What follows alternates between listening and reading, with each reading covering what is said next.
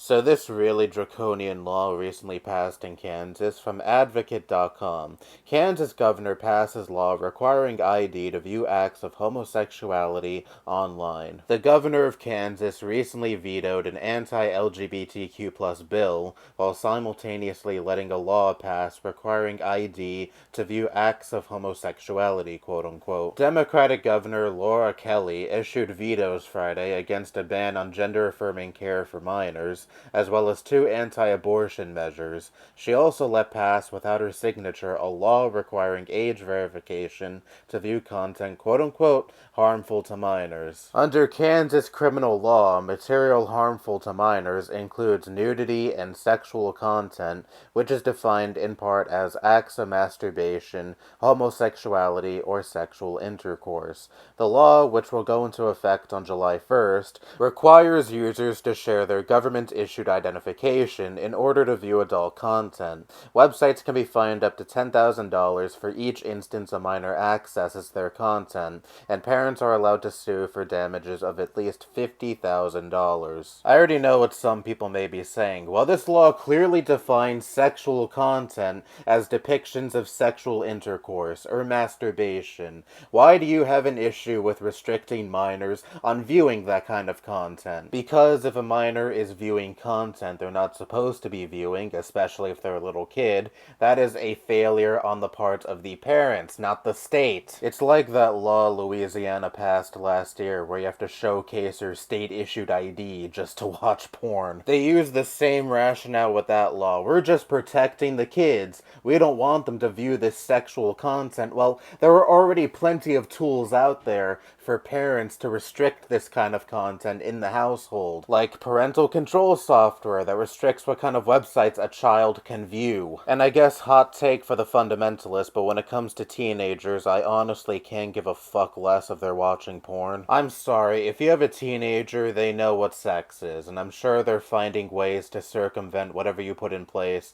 to prevent them from watching porn. But my biggest problem with this law is homosexuality is sandwiched between acts of masturbation and sexual intercourse. Well, obviously that means Kansas wants to restrict minors from also being able to access gay and lesbian porn. But wouldn't that just fall under sexual intercourse then? Why would homosexuality need its own subset unless this was more than just a crackdown on sexually explicit content? Would this mean a restriction on all media depicting LGBTQ plus people? And if so, how the fuck would that even be enforced? Every social media site, for example, has gay people, lesbians, trans people, etc. just living life true to who they are. Is that too obscene and too much for a minor to handle? The answer from the ghouls who are in favor of bills such as this would be yes. They use Think of the Children as a means to justify restricting content that positively represents groups of people they don't like. And the fact that they lumped the simple act of being homosexual with masturbation and sexual intercourse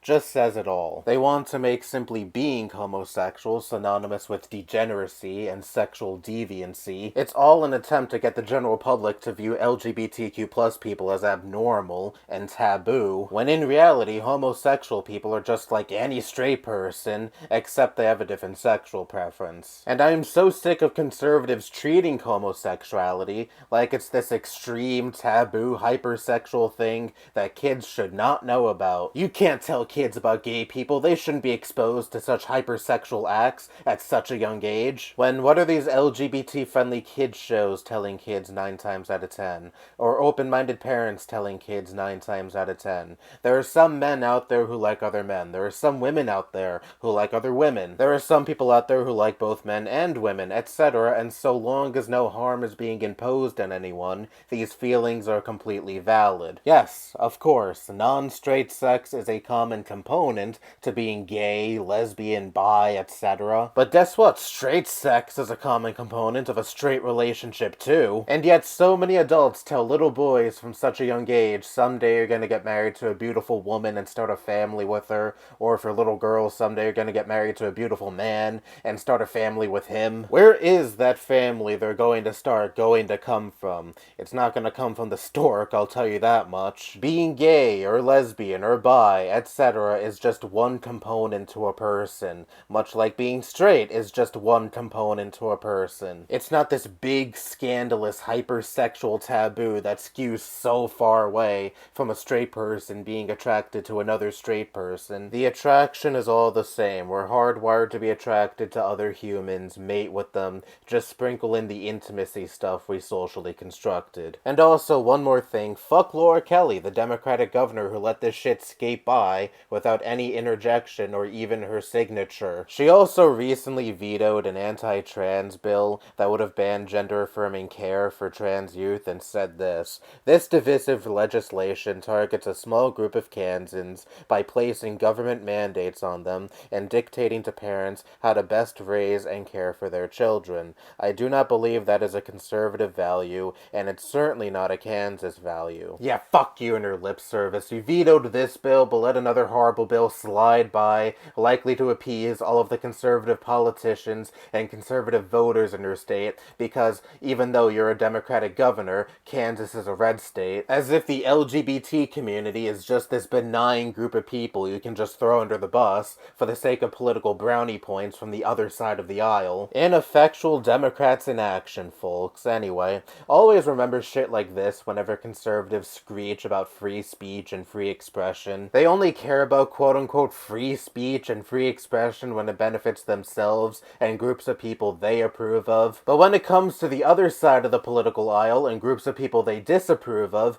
you see shit like this. Efforts to crack down on any media that even remotely paints a positive image of groups of people they don't like. United States, land of the free for me and my peers, but not for thee. That's all I have to say. Bye-bye.